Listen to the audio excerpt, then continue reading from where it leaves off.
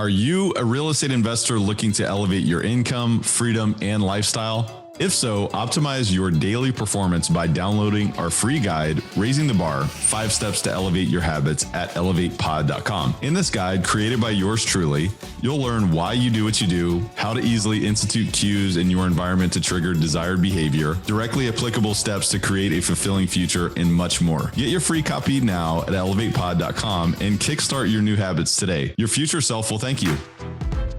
Welcome to Elevate, the masterclass where we dissect the elements of exceptional achievement and lifestyle design with a focus on personal growth and real estate investing. Now, here's your host, Tyler Chesser. Elevate Nation, welcome back. This is Tyler Chesser. I'm so thankful to have you here, and I'm blessed and grateful to be sitting with Rebecca Zung today. Today, you're going to learn about some of the negotiation tips, tactics, and strategies from one of the world's most powerful negotiators on the planet. And you're going to learn about narcissistic behavior, how you can spot that, how you can win in a negotiation, how you can negotiate your best life. You can negotiate to build your real estate empire. And you're also going to learn that, not only is negotiation the almost, arguably the highest value driving money-making activity in your real estate business, but you're going to learn about how to take your approach to the next level and beyond. You're also going to learn about some mindset strategies that apply directly towards your success in negotiations and also really ultimately achieving your goals. So buckle up. Today's episode is so good, so tactful, and so strategic. Elevate Podcast is all about mindset, mind expansion, and personal development for high-performing real estate investors. Today's a multidisciplinary masterclass in learning from someone who has applied these strategies for household names across the country and across the world. I'm your host, Tyler Chesser, and I'm a professional real estate investor and high-performance coach. It is my job to decode the stories, habits, and multifaceted expertise of world-class investors and other experts to help you elevate your performance and lifestyle. Are you ready to take it to another level? It is time. Let's raise the bar today. And I want to welcome you. If it's your first time listening to Elevate, welcome. We're so thankful to have you here. If you've been here before, maybe you've been here 250 plus times, welcome back. We're so thankful to have the opportunity to pour into your cup. The fee for listening today, whether you've been here 250 plus times or one, is to pay it forward. Grab the link, send it in a text message, email, post it on social media, tell someone else about Elevate Podcast. That's the fee for listening. We don't ask you to pay anything. We just ask that you receive massive value and pay it forward, because the only way that we can continue to add value is if we are able to add value to more people. And so just like any other business, we're asking for your introductions, and those are the most powerful things. And we just want to thank you for doing that. We want to thank you for paying that fee. I also want to invite you to give us a rating, review, and subscribe or follow Elevate Podcast from wherever it is that you listen or watch podcasts. Those are very important to us. And if you have 15 seconds, we would just be so thankful if you gave us a rating and review. Of course, subscribe or follow wherever it is that you're listening. And man, I'm feeling good today. I'm feeling excited. This conversation today is really powerful. So let's dive in. I want to introduce you to Rebecca Zung, who is a narcissism negotiation expert, popular YouTuber, more than 200,000, in fact, more than 250,000 subscribers in the last 18 months, and one of the top 1% of attorneys in the nation, having been recognized by U.S. News and World Report as a best lawyer in America, as a legal elite by Trend magazine, and recognized by her peers in the judiciary as AV preeminent rated in family law, the highest possible rating for an attorney by Martindale Hubbell.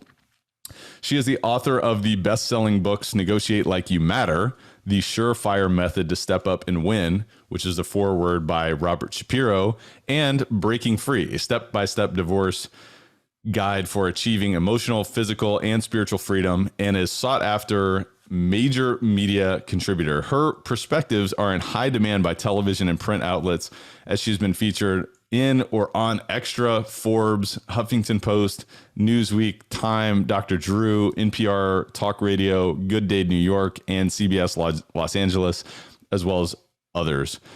Now based in Los Angeles, she is continuing to serve through her very popular YouTube channel, media appearances, podcasts, articles, and on-demand programs such as Slay Your Negotiation with a Narcissist and Breaking Free Divorce Masterclasses. Today, this is so valuable, and what we have for you today is directly applicable for your real estate business. It's directly applicable for the way that you're designing your life. And I'm so excited to bring this to you. So without further ado, please enjoy this amazing episode with Rebecca Zung. Rebecca Zung, welcome to Elevate. How are you?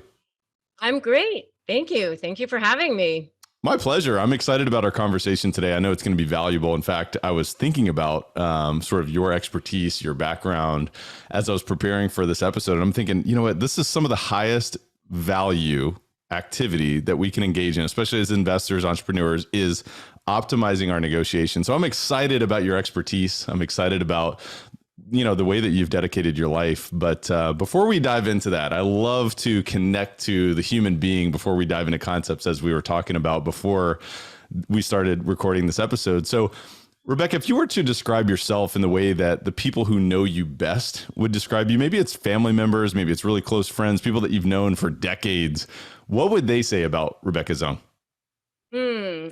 Definitely family first. Probably very driven. I always joke that I'm half Chinese and half German, which means that I have, no fun genes whatsoever, but that's definitely not true. But, I'm very much, a driven person, but very empathic, family first, for sure. My kids come first, my husband. But I've always been definitely very focused person as well. And, I would say that that's pretty much it in a nutshell. If you were to add some more context to that and kind of describe a bit of your upbringing, maybe a little bit of your backstory in terms of how those factors came to be in terms of your personality and who you are today, give us a sense of what your upbringing looked like and a bit of your backstory. Let's see. I have, my dad was Chinese, my mom's German. My dad's was a doctor. My mom was a nurse initially, but then she went into real estate, became a very successful entrepreneur. She had her own real estate company. And I have a younger brother, but, my dad's family, both my mom and my dad's family were pretty successful people, but, both kind of came from nothing. Both of them were immigrants. And I think, that had a lot of impact, where the people who came from nothing came over to this country with basically the clothes on their back and worked their way up. My dad's family came here from China and they had nothing, but, became very educated people. My dad went to Columbia, became a doctor, but they came over on a boat from China, so I think that all, that has a lot of impact on who you become as a person. And, I think education is very important. My dad's family is very, very close. My cousins, I have a very large extended Chinese family. But my cousins are like siblings. My one cousin always says that they sort of recreated the Chinese compound, but but we didn't grow up in a compound, but sort of did. We were all expected to stick together and take care of each other. And my husband's an only child, and one of the funniest things that one of my cousins actually said to my husband was, did you know when you married her that you were getting all of us? Like it was sort of like a big clan of us. But I love that that's how we are, but definitely a lot of love, but also a lot of expectation. And I think in a lot of ways that's a good thing. Um, and, so I think that that definitely had a lot of impact on how I was raised. So, I think that, but then I also sort of rebelled against that in a lot of ways. I graduated second in my class from high school, but then I got married at 19 and I dropped out of college and I had 3 kids by the time I was 23. Then I got divorced and in my early 20s, and I ended up as a single mom. I finished college, and then I went back to law school at night, and I was, I really definitely took the hard way in my life. So, there I was as a single mom trying to finish law school and with 3 little babies. And so here I was in my 20s, you know, trying to pull myself up by my bootstraps. And I went to law school 100% on student loans and with 3 little kids. And I was just trying to put a roof over our heads and feed them and survive, basically. So I ended up getting a job with a family law attorney who also happened to be half Chinese, who had 3 children and had been divorced. And she was older than I was, but it was kind of a Twilight Zone sort of kismet thing that I ended up working for her. She had happened to be one of the top family law attorneys in the country. And I thought I was wanted to be in business law or do something with business. And she convinced me that her cases were so big that they were sort of business like related. And that's how I ended up kind of coming up through the ranks as a high net worth family law attorney originally. So I actually started working for her while I was still in law school. And that's kind of how my journey started as an attorney.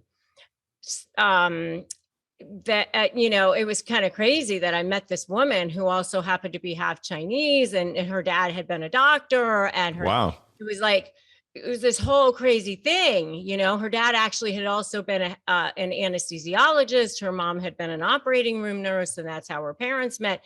It was like Interesting. so crazy. Like it was like my life. It was her life, but she was like, I don't know, 10 or 15 years older than I was. And, it was like this crazy thing. So it was just so meant to be, right? It's like you were looking And in the mirror in your own future, like 15 years down the road. exactly. So I ended up working for her and kind of coming up through the ranks. And then I ended up eventually starting my own firm and published my first book, Breaking Free: A Step-by-Step Divorce Guide. And that's when I started to do some television work and started to do some, that's when, TMZ and some of these television shows started calling upon me to do some commentating on celebrity divorces, and that's kind of the beginning of when I started to do a little bit of media.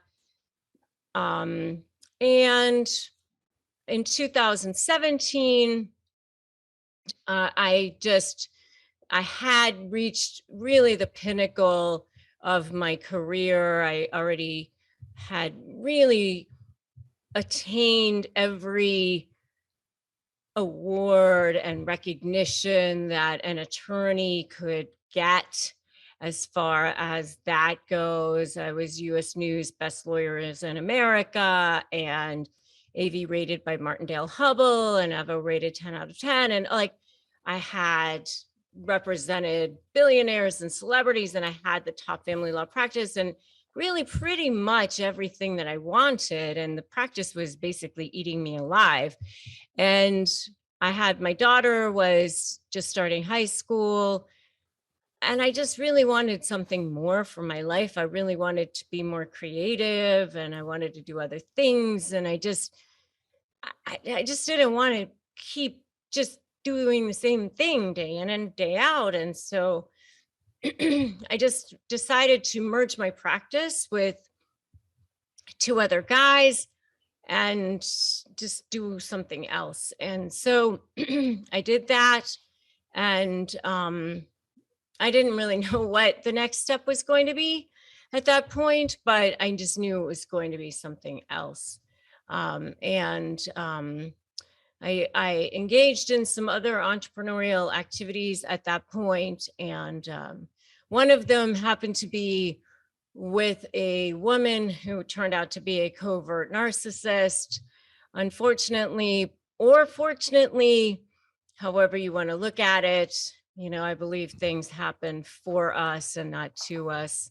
Absolutely. I mean, I look back on your story, just a quick comment here. This is beautiful because, looking back, it's like we can see the litter of gifts and all these challenges, right? I can see it now when I think about sort of where you are now, the value that you're bringing now, the practice that you have, the lifestyle that you've designed. And I think about, obviously having 3 kids at such a young age, being that rebellious individual, divorcing early, being a single mom of 3 kids, going to law school at night, doing all these things, living life the hard way in many regards. And I'm using your words, the gifts that have now resulted. And then thinking back towards sort of fast forwarding towards partnering with a narcissist, and the gifts I'm sure that you've received in that circumstance obviously did not feel like gifts in the moment, but which have created this expertise that now you've developed. At what point did you realize the tremendous power of negotiation? Was it in law school? Was it negotiating on behalf of, some of these billionaire celebrity clients that you were representing from a family practice perspective? Or at what point did it really click to you how powerful negotiation was? And I want to dive into some of this other stuff as well, but I'm curious about that. Yeah. And I should mention, by the way, that I met my current husband in law school, and I have been happily married for 22 years. And we do have a 19-year-old daughter together.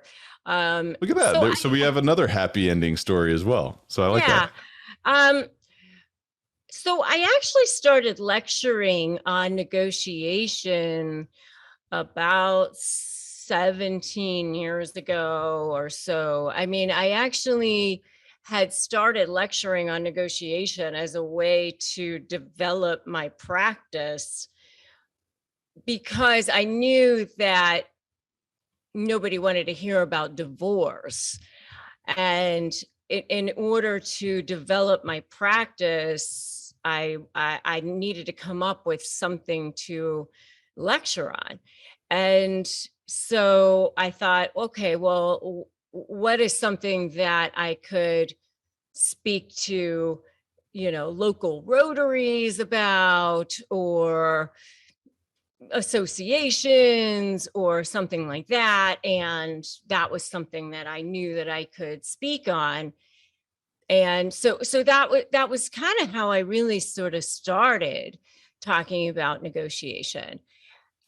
And honestly, what better way? I mean, I've only ever practiced in the high net worth family law realm, and there's no more better proving ground than that, because when you're dealing with billionaires and celebrities, and they're dealing with their money and their children, there's nothing that's more emotional than that, or more high stakes than that. When you're dealing with, I mean, there's every kind of law involved. For one thing, it's business law, it's estate planning law, it's trust law, it's every kind of law is involved, for one thing. And by the way, when I was practicing in Naples, Florida, which is the most millionaires per capita in the country. And even if people don't actually live there, they say that they're residents there. And because Florida, doesn't have any income tax. So, everybody has homes there, and which means they have to get divorced there because they are quote unquote residents there. Mm-hmm. So, we and as the top family law practice there, I represented a lot of different people there. So we had clients that a lot of names that you would definitely recognize, Mm-hmm. even if they don't necessarily live there.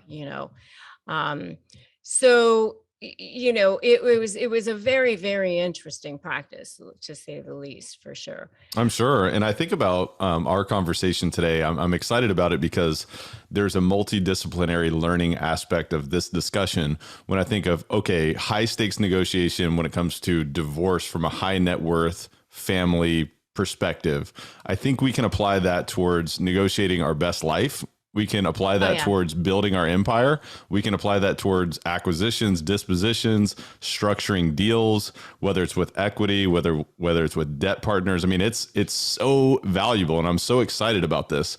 And I do. Every kind of law was involved. I mean, they would have real estate holdings in multiple areas, multiple countries, many, many different areas.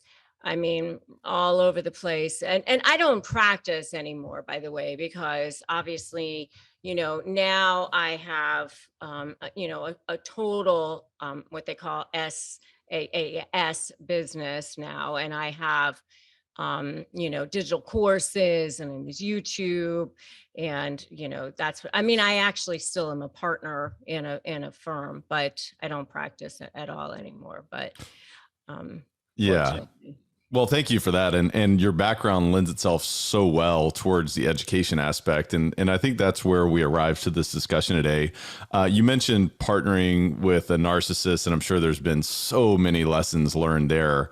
But I think it would be instructive if we talked a little bit about personality traits of a narcissist, how to spot that, what that means when you have that on your hands, whether it's in a negotiation or just dealing with someone else. So maybe let's start there. And I want to dive into some of the tips, tactics, strategies for, optimizing your negotiation approach. But let's start there with the narcissism and how can you spot a narcissist? Like, what are some of the things you look for? So they start off the same way, regardless of whether they're a covert narcissist or an overt narcissist, which really the only difference is that an overt narcissist is more sort of in your face, I'm so great, look at me, I'm, more of a holding court kind of a person. Is there a person, like a type, an example of a public person that fits that image? Well, a Donald Trump kind of a person is a much more of a overt narcissist, and he will come right out and say, I'm a narcissist. And he's pretty proud of that. I mean, I think he even said that in one of his books. So, I don't think I'm saying anything that's besmirching him in any way or anything like that, so I know I try to stay apolitical. So, of course. But well, and by the way, we're not saying this is good or bad. I mean, I think one of the things I think about Rich Diviney, who I bring up time and time again, the Navy SEAL commander, he wrote a book called The Attributes. And one of the attributes that he talks about is narcissism. Narcissism can serve you. And so we're not saying this is good or bad. And in some aspects, it may feel good or bad, but we're just observing this personality trait. Would you agree to that? Right. I mean, it's obviously not a good thing when it's hurtful to people, though. I mean, fair, but so and it can be very, very hurtful to people. Right. So, So the covert narcissist is much more under the radar, that, and to me, it's a much more stealthy type of narcissist, because this is a person who appears very kind on the surface, much more humble on the surface. Mm-hmm. But they both start off the same way, which is they start off very love bomb kind of a thing, where they come off right away very charming, right away very charismatic, and they do both really try to rush the relationship, and they want to get to the next step as quickly as possible. Mm-hmm. So that's generally a red flag. There's a joke that says, nobody wants to, something like, nobody falls in love faster than a narcissist who needs a place to live. Oh, wow. Something like that, So, it's like they really do rush the relationship. And that actually pretty much happened in the business relationship that I had, where I'm just thinking of, I can picture several people in my network who this fits, and I'm sure the listeners are seeing that themselves, and maybe that's right or wrong, but please continue, because I think this is really interesting, the way that you're describing this as the covert narcissist, right? Right. I mean, so right away they want to get into business with you. Right away they want to move in with you. Right away they're talking about marriage, or right away they're talking about the next step in your relationship immediately. And they seem perfect for you right away, whether it's a business relationship or a friendship or it doesn't have to be a romantic relationship, and you're wondering, where has this person been all my life? Oh my gosh, they seem amazing. And they're very, very good at reading people. I mean, they've studied people all of their lives. So they know how to be very chameleon-like and look like the really perfect person for you. So at the beginning, they know how to look like whatever it is that you want them to seem like.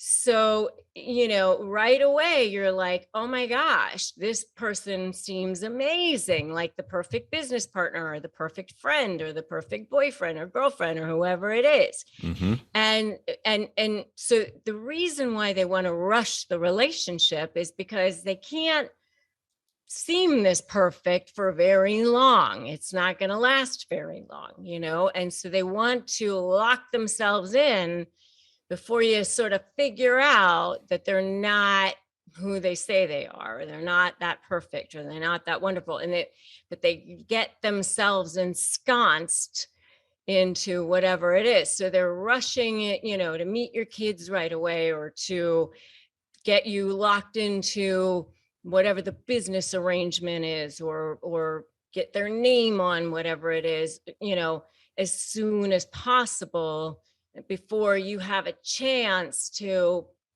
back out.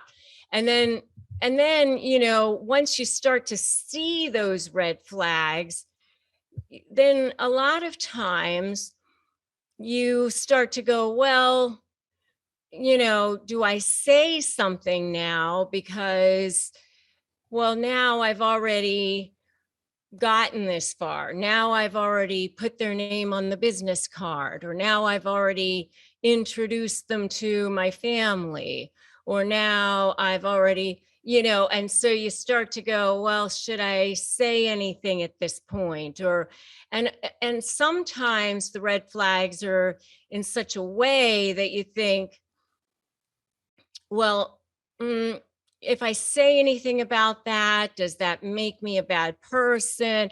Because a lot of times they pick people who are, empathetic people or empathic people who are nice people, who aren't or overly polite people, who aren't necessarily going to say something, who wouldn't, you know, don't want to say something, you know, and or if you do, they immediately have an explanation for it. And you think, well, okay. And you know, you don't really love the explanation, but you kind of go along with it. And then Makes sense to your head, but not your heart or your gut, right? right. And so you go, okay. And then you do go along with it. And then there it is. Now you're, you know, and now you're 6 months more into it or another year into it. And now you're more into it. And you, and you don't love it even more, but now you're really you know, you've dug deeper into it. And so it and so that's kind of how it ends up going. Is it important to spot this because of the fact that these type of people typically will take advantage of you or empathetic individuals, or what else? Why else is it important to be able to spot this ahead of time? Well, 100% they will take advantage of you, and they'll take advantage of how nice you are. And they know they're taking advantage of how nice you are. And so they're conditioning you from the beginning. They're conditioning and they're testing you from the beginning. They're testing to see if you are going to be a good form of supply from the beginning. I mean, they call it narcissistic supply. And they test to see, oh, look, did I get away with that? I did this thing to you. And how did you respond to that? How did you react to that? Oh, I got away with that. Good. Look, they are going to be a good source of supply for me. So what is that supply, and what is it that they're looking to receive?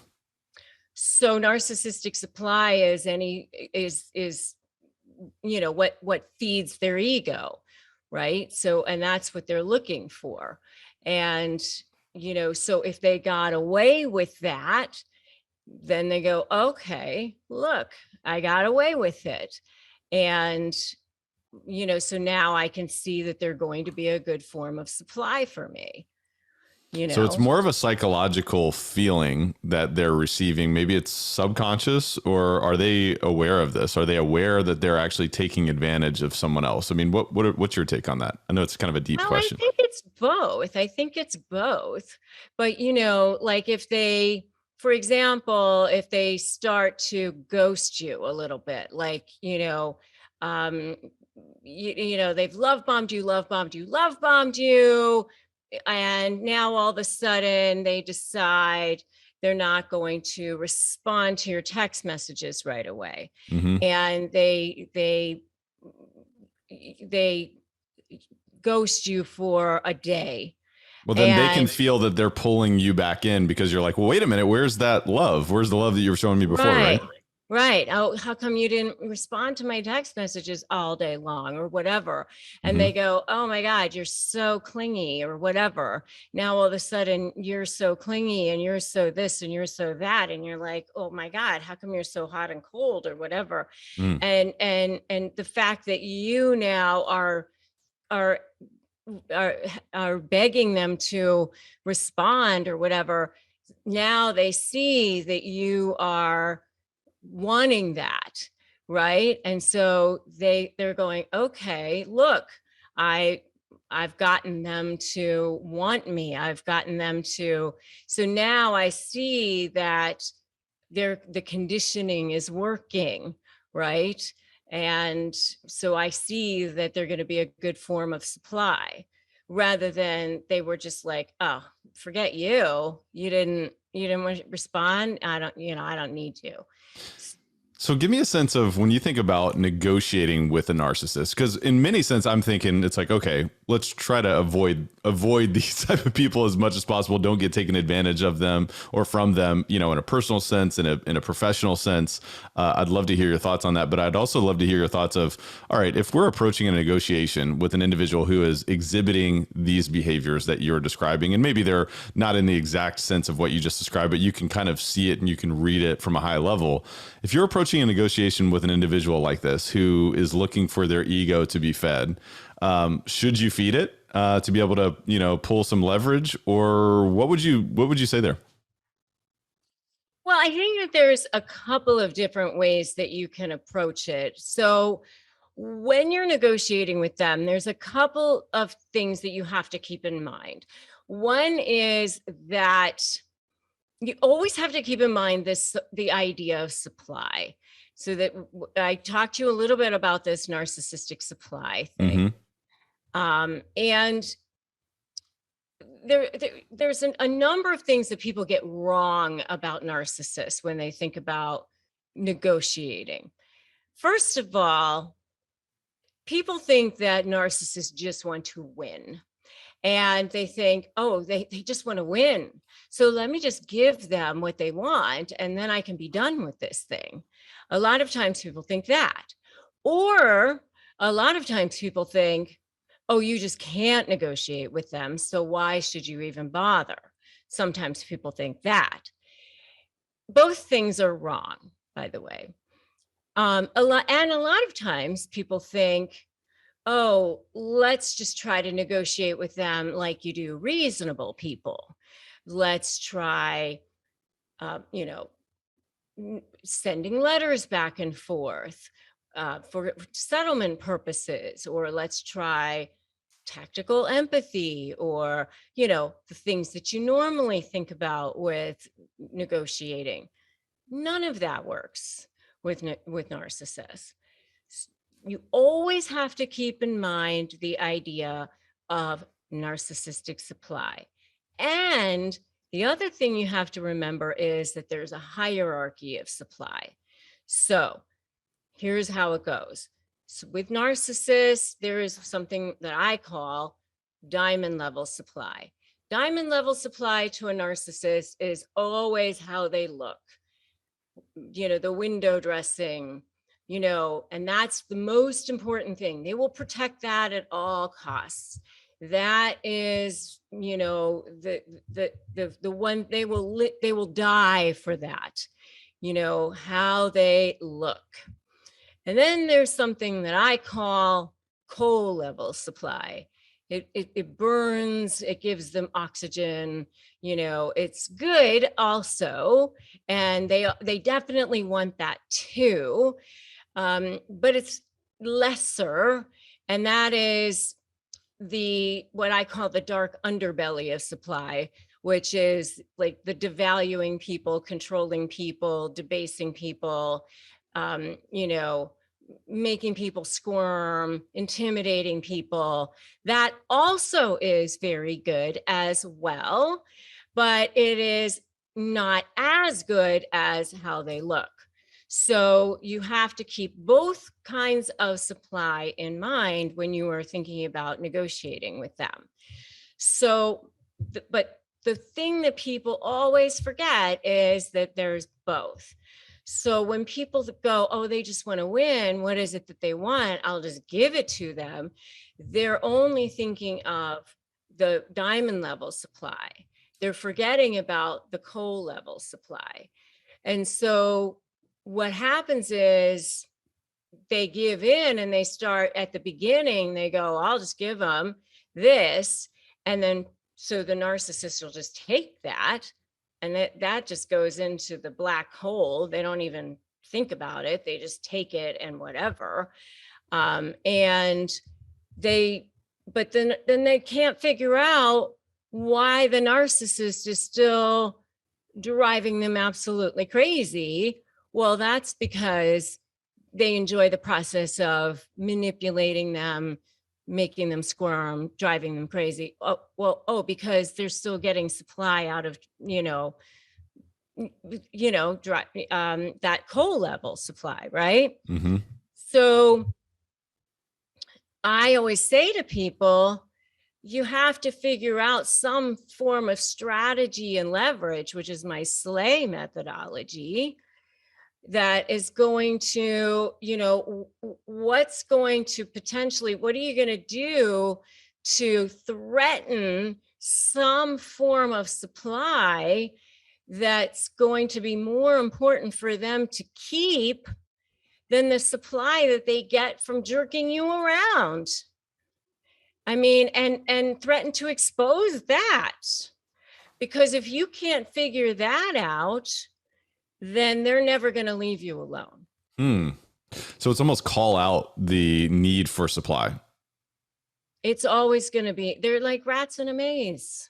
I mean, they're actually, while they're horrible and heinous to deal with, they're actually very simple to understand.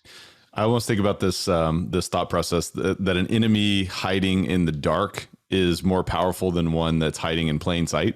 And it's like when you shine the flashlight on a rat, it scurries, it's scared, it's terrified. You can't see it, you can hear it. It's like, oh my God, it has so much power over me. And this seems similar. Would you agree to that? Yeah, they're actually way more afraid of you than you are of them.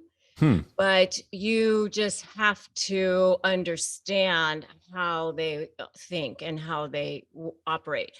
And so once you figure that out, and you just have to create some form of leverage, and use strategy. And that's, I call it my SLAY methodology.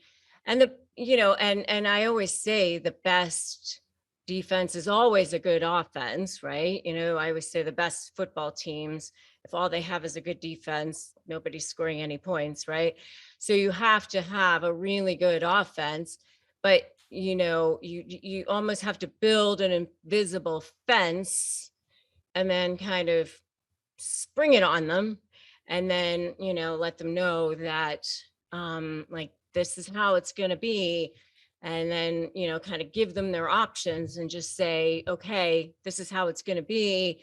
You choose option A, or B. And then, if you choose option A, then, this is how it's going to go for you, or you can choose B. In other words, if you don't choose A, then B is going to happen and you're going to get exposed. I mean, I call it ethically manipulating the manipulator.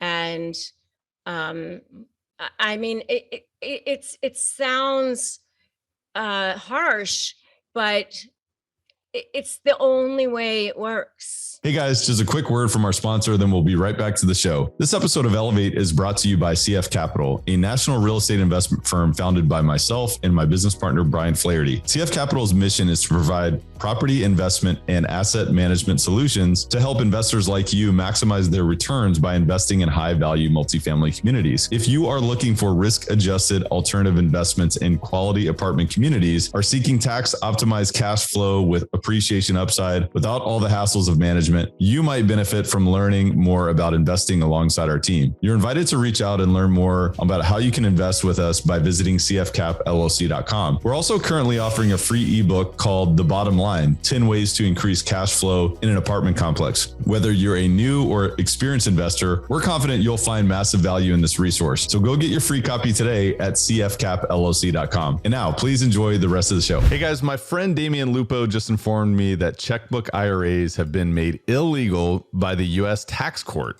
That means if you have a checkbook IRA, your holdings are now disqualified. That means taxes and penalties of up to 50% or more. Don't panic. Damian and the EQRP company can fix this. Lucky for you, those IRAs can be converted into EQRPs. Plus, you can do this retroactive to the last year, getting tax deductions and reducing your taxable income from last year. Want to invest your 401k or IRA in real estate, Bitcoin, gold, or even your own business? You can. Whether you're a full-time investor, retired, a dentist with dozens of employees, if you're listening, you qualify. The EQRP works and is your secret weapon. And now it's retroactive. They have your solution. By the way, if you got bad advice and use an IRA for an apartment syndication, you are sitting on a U.B.I.T time bomb. But don't worry, there's a solution, the EQRP. The EQRP company is ready to help you get control of your money, kill U.B.I.T, and help you pay way less taxes. Want to learn more about this strategy? Simply text the word ELEVATE to 307-213-3475 for Damien's brand new 2022 EQRP special report. Paying tax or letting Wall Street suck you dry is dumb. Your first step is freeing your retirement money by sending a text to 307-213-3475 with the word ELEVATE. I think you have to be tough. I mean, either be tough or be taken advantage of. And what's more worthwhile? Obviously, let's be tough.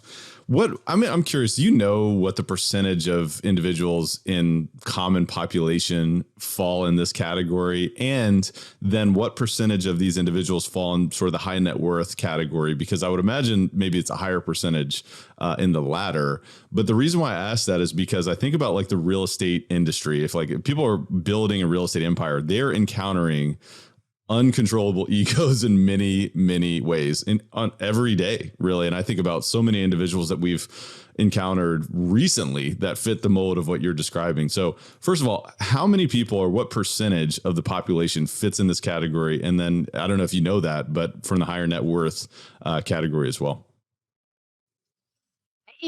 I've seen statistics that say 1 in 10 are narcissistic or have narcissistic traits or tendencies or just simply lack a conscience. And I've seen statistics that say up to 16% as well. I don't know. I mean, I don't think that these are people that sit around taking these personality tests either, Sure. Either. So, and I certainly don't know as far as, high net worth individuals or whatever. I don't know that anybody really knows, but I do know that I've also seen statistics that say that, if it's 1 in 10, if each one of those people narcissistically abuses just 5 people in their lifetimes, then that ends up being 3.4 billion people, which is, almost half the population. Yeah. I mean, so basically nobody escapes bumping up against one of these people. Fair enough. When I zoom into some tactics, some strategies, some approaches, whether you're dealing with someone who's narcissistic or otherwise, when I think about negotiating, I would love to get your input on some powerful questions, some powerful words, some powerful phrases that real estate investors or otherwise who want to utilize negotiation to the power that it has the possibility to be for them. Are there any phrases, questions, words that you might suggest to add to your arsenal? Well, one of the things that I suggest that people do, and it's not necessarily, it's just a tactic that I suggest that people use, and that is what I call narcissistic bartering. And I one of the ways that I tell people to remember it is I call it fluff for favor, vomit later. And it's a way to ethically manipulate the manipulator is the way I say it.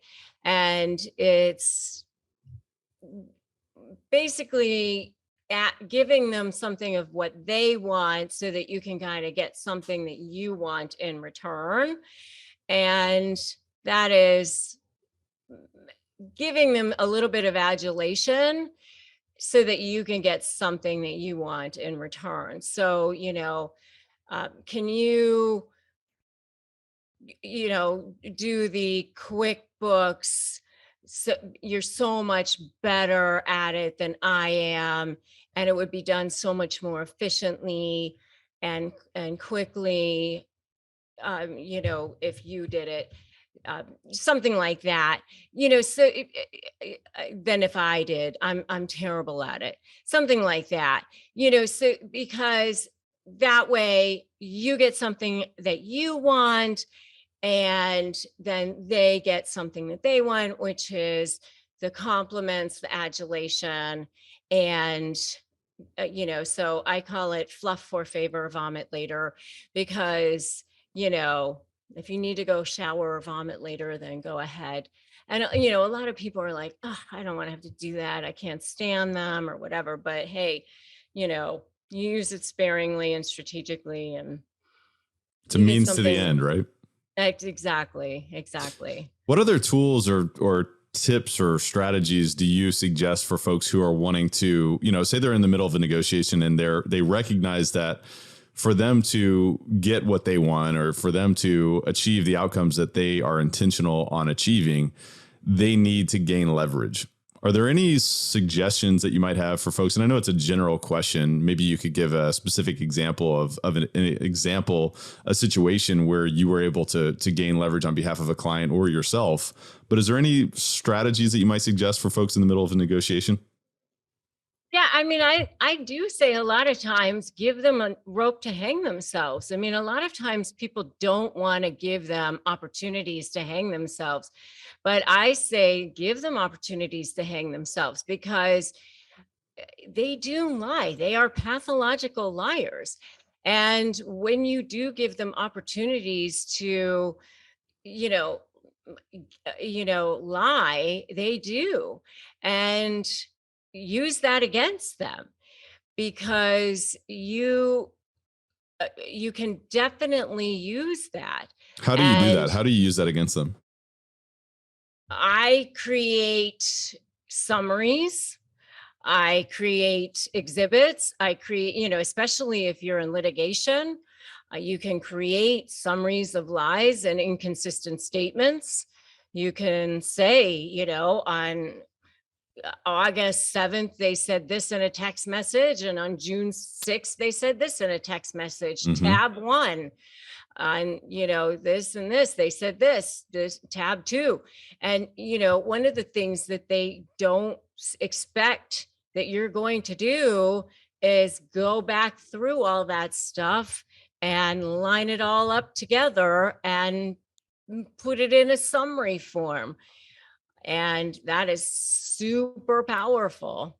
I like that. And that makes a lot of sense, especially from a legal perspective. If you're in a battle or, let's say you've got some sort of a lawsuit that you're dealing with, that makes a ton of sense. When I think about the other side of it, prior to perhaps a legal battle, if you're trying to obtain, let's just say you're making an acquisition for a deal and you've got somebody who's clearly a narcissist, somebody who's clearly lying. There's a lot of inconsistencies. I think about the summary perspective as, okay, look, buddy, I'm kind of calling you out here, and I see where you're trying to, pull the curtain, or sort of, pull the curtain over our eyes, and so we see that. Just so you know, we're not going to be taken advantage of. Is there anything else that is accomplished in that circumstance that you'd point to as far as a summary goes, and kind of pointing that out, or what else would you say about that? I just think that, your word is always going to be something that is relevant, in whatever realm you're in. If you can be shown to be a liar, I think that it's always going to be relevant. And so if you can pull together some kind of summary that shows that somebody is a liar or has inconsistent statements, that's always going to be relevant. That makes sense. Yeah, I think about, so to the point of the question is leverage. And when you start to identify that, you make a case for gaining that leverage. And there's a lot of logic behind that. Thinking back to some of your toughest negotiations, if you were to kind of picture some of these circumstances, maybe there's one that comes to mind. Walk us through what that looked like, how you were able to kind of navigate yourself or your client or the situation out of a challenging situation where perhaps it seemed like maybe you were getting to be on the losing end of the spectrum to more of a triumphant side. Is there anything that comes to mind, Rebecca? Oh my goodness, there's so many, but I'll tell you, the biggest thing is your mindset. The biggest thing is your mindset. I mean, I had a case with a guy who, I mean, his wife was just, I mean, it was his wife and his own mother were basically framing him for all sorts of things. And I mean, his mother was a huge narcissist. I mean, absolutely one of the worst, most malignant narcissists on the planet. And he just really was about ready to give up. And I just told him, if you don't believe that you can win, I certainly can't help you. And, one of my best friends, she always has this statement, and she's a physician, and, she'll say to her clients, do you want to be right about that? Or would you like to change it? And, I mean, I just remember basically saying something like that to him, and so, your mindset makes such a huge difference. And so just remember, he was like, basically wanted to give up, and I just said, okay, fine, if you want a different lawyer, just let me know where you'd like me to send your file. Because I mean, at the time, I had so many clients, and I just thought, that's fine with me, let me know where to send your file, fine. And Can I make a quick comment on that? I love that, first of all. And it's almost like what they talked about in Getting to Yes. It's the BATNA, the best alternative to a negotiated agreement. And what happens is there's this feeling of, what, go for it. I don't, that's on you. If you want to go somewhere, I'm good with that. And go ahead and let me know how you want me to release this agreement, because it sounds like we are on two different playing fields. And it's like, oh, wait a minute. I like that a lot. Thank you for that. Yeah. Yeah. So I was like, if you would like a different lawyer, let me know where to send your file. Fine. And, so, and he had left to go to New York, for New Year's Eve. I just remember like saying to him, just let me know where to send your file. And he was like, oh, no. And, so he comes back and he, begs me to keep his case, whatever. And I was like, I'm not keeping your case if you think you're going to lose, because if you don't think you can win, I certainly can't help you. And, because if I can't help you if you think you're going to lose, because you have to believe you're going to win. And so basically, had this whole come to Jesus conversation with him. And we ended up turning his whole case around completely. And he ended up with, full custody of his kids and everything. I mean, it was a massive, huge battle. But, I mean, he ended up like wrongfully, in jail and all kinds of crazy stuff. I mean, that case ended up, it could be, a mini series of its own, seriously. But yeah, but regardless, we ended up getting him full custody. So I have to say, 99% of any negotiation is your mindset. You have to believe that you can win. There it is again, this mindset thing. And it comes up so frequently. It's your belief in what you're doing. It's a belief in yourself. It's your belief in the commitment to the outcome that you are working towards. And it's so relevant. I'm so glad you brought that up. And this is such a fun, enlightening conversation. I want to transition to a rapid fire section of the podcast. And I wish that we weren't, because I'd love to continue this, and I'd love to continue to delve into your expertise. But I know that we'll allude to where the audience can find more of your expertise here, which we've kind of, really almost wet our beak, or we've dipped our toe in just a little bit into to your world. And it's been a lot of fun. But I want to transition into the rapid fire section. It's called the Rare Air Questionnaire. It's all about being uncommon. I think the approach that you've really outlined for us today is an uncommon approach. The common approach is, let's just figure it out. Let's just shoot from the hip. But what we're talking about is strategic thought process. It's understanding of psychology. It's diving deep. It's also understanding where is our mindset and how does that approach towards winning, whether it's in a negotiation or accomplishing your goals. And I'd love to ask you a few questions. You've got a beautiful bookshelf behind you. If you had to point to 2 or 3 of the most impactful books that you've read over the past few years, what would those be and why? I would say Seed of the Soul by Gary Zhukov. Just knowing that we have a soul, just knowing that we have intention, that we can create our intentions, that we live in a quantum field, that Yes. we can, that we are energy, that we are vibrational energy, and that we're beings of energy, and that we can create whatever we would like from that quantum field. And meeting Gary Zhukov in person, and um, knowing who he is as a person as well, and getting to interview him then as well. He's had a lot of impact on my life. I just adore him. It makes So me think of what you were just talking about and the belief in winning. You want to tap into the quantum field, or you want to tap into the world of infinite possibilities that do exist. It starts with that belief. Would you agree? absolutely. I mean, I just it's just incredible to me that I actually got to read the book, and then I got to realize meeting him in person, and then I got to realize interviewing him. It was just really, really powerful, you Yeah, know. 100%. So I love that. yeah. Are there any other books that have been really impactful for you over the past few years? Oh gosh, I mean, I'm sure that there's so many, but uh just trying to think which other ones I wanted to like definitely mention.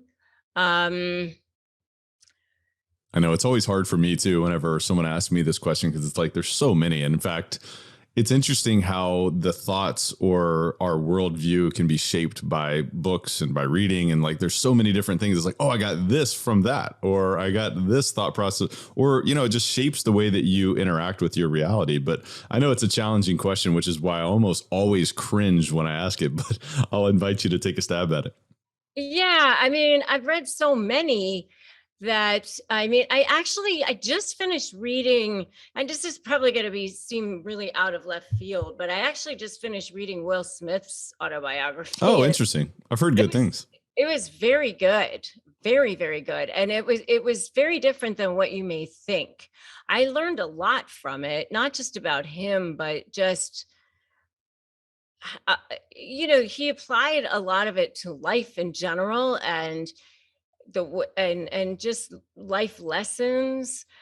I highly recommend it. Actually, I was listening to it, and I went back and bought the hard copy because I wanted to actually highlight a lot of different things that he said and just remember a lot of the quotes in it. I just thought it was really, really fantastic. I think there's so much to be learned from biographies, and you just learn from the triumphs, the tribulations, the way that they were thinking during certain times of their life, and it's powerful for us to understand the arc of a life. And of course, Will Smith hopefully has many years continually ahead of him. But we can see the arc of sort of his experience so far, and we can learn about that in terms of how does our experience relate? What decisions are we making now that may, be similar? And you can see how things play out. I think about some of the most exciting biographies that I've ever read, one of which was Ben Franklin, Walter Isaacson. Walter Isaacson also wrote a book on Steve Jobs, which was like, Oh, oh my God, just that was mind blowing. also very fantastic. I did read that as well. Mm-hmm. That's on here somewhere as I well. love it. I love But it. but Will Smith definitely understands the power of the law of attraction Mm. and the quantum field, and really fascinating guy. How have you applied that? Because you've brought that up a couple times. You started with belief, but how have you applied the law of attraction, quantum field? What has that looked like for you?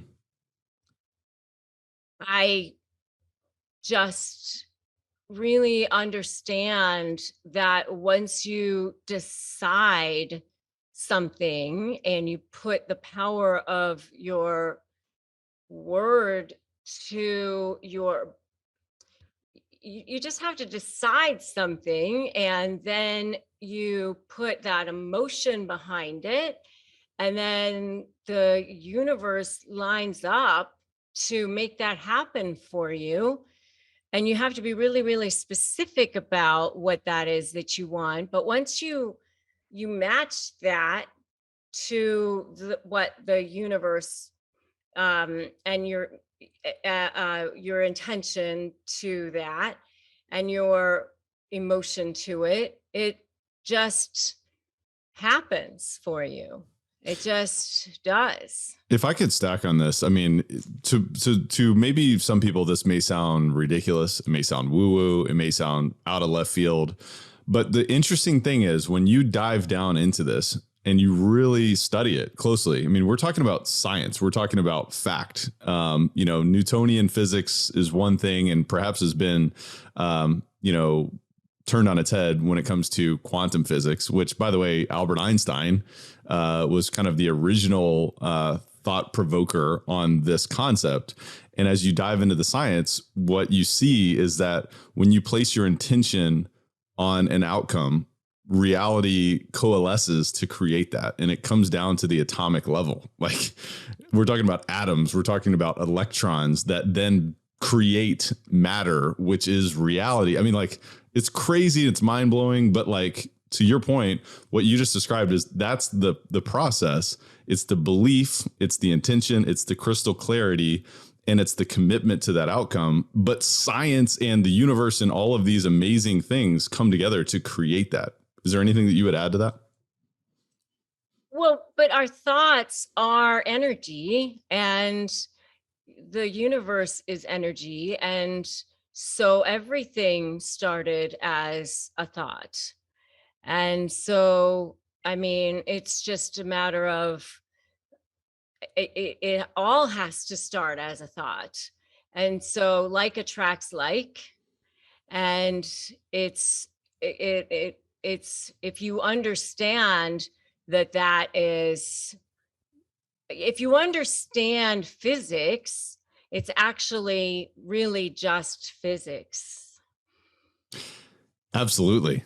We could have an entire discussion on this. And to me, this is the undercurrent of anything that you want in your life, is to recognize that it all begins here. It begins here in your mind. It's what do you believe? What are your thoughts? We become what we think about all day long. That's what Earl Nightingale said. That's what many other wise human beings across history have said. And you know what? It's become a true fact in my life. It sounds like it has in your life as well. So thank you for bringing that up. A little bit of a diversion from our rapid fire section, but I think very worthwhile. Rebecca, if you had to point to the biggest way that you elevate your life on a daily basis, what would you say about that? I always joke, but I'm actually not joking, but I always say that I never leave my thoughts unsupervised. I really am very, very careful now, especially having let a narcissist into my life, because I let the gates unattended. You have to be really careful. You really are a product of the top 5 people in your life, and vibrationally. And so you really have to be careful about who you allow in your life, and what you listen to. So, I'm really very vigilant about what I listen to, first thing in the morning.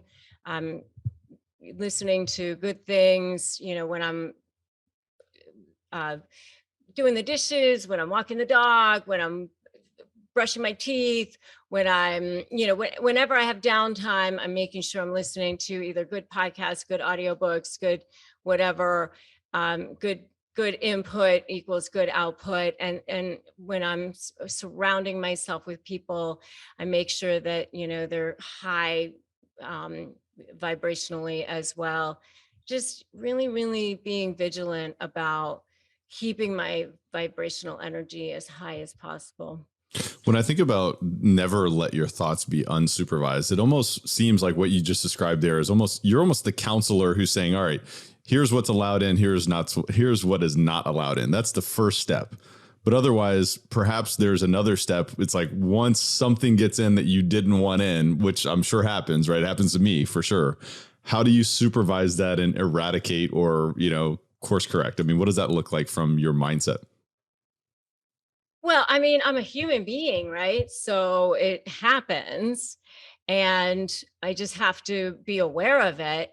And, one of the things I have to be aware of is going, and I've gotten better about, is being aware of, oh, that's just a thought.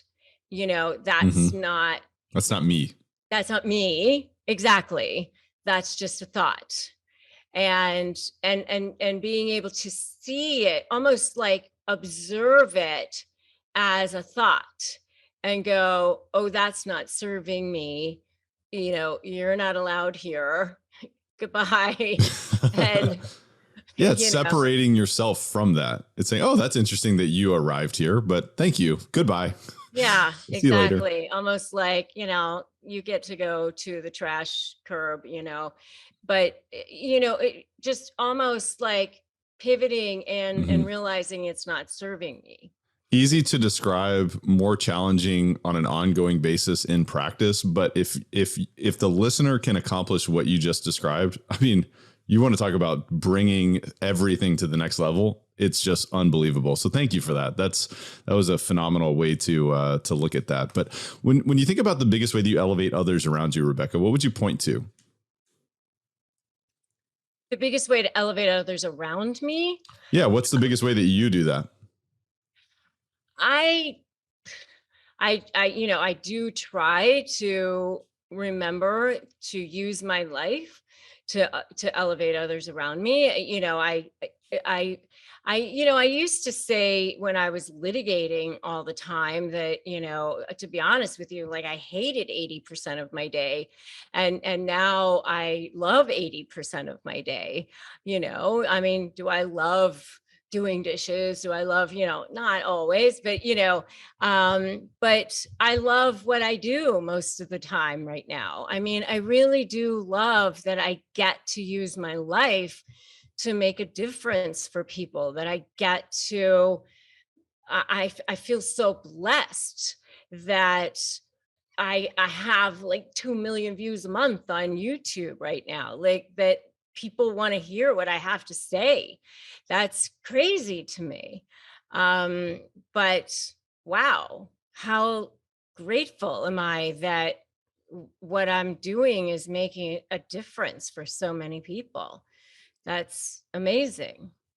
Yeah, and you are absolutely making a tremendous difference. I want to acknowledge you. I mean, this is, first of all, this has been so much fun because I'm like, whoa, this is really clear now. I can see all these narcissists that have been littered on my path, and I'm sure many of the listeners can see that as well. And it allows me to understand more clarity of why certain people behave the way that they do, and what sort of supply that they've been feeding, and how that relates to how I can interact with these type of people in the future. And I'm sure this is valuable for the listeners when they think about building their empire. It's also, of course, how they can, structure their life and design their life, negotiate their best life.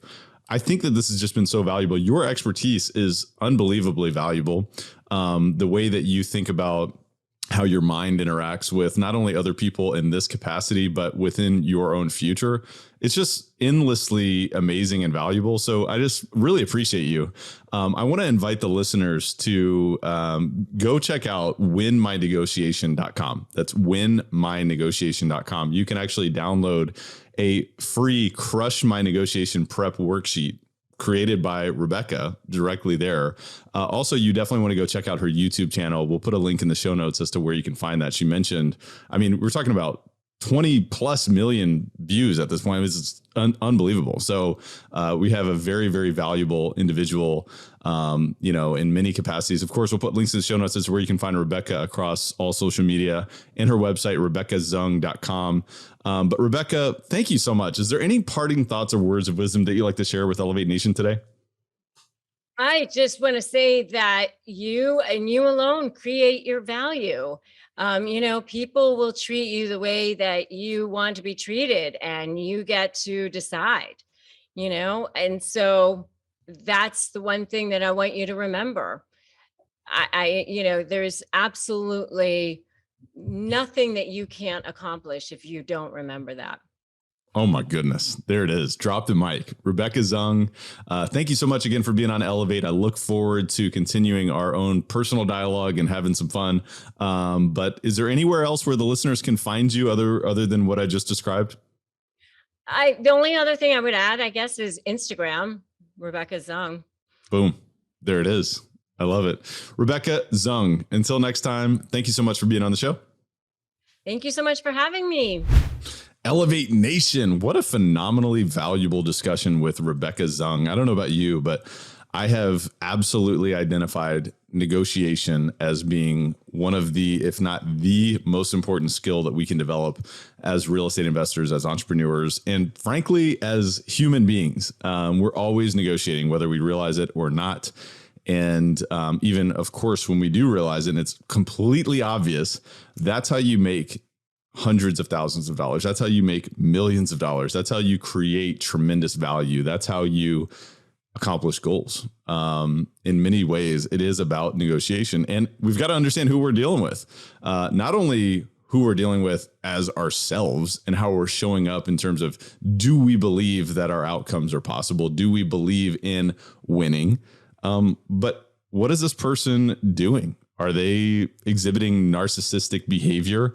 Are they feeding their own narcissistic supply that, their ego is driving?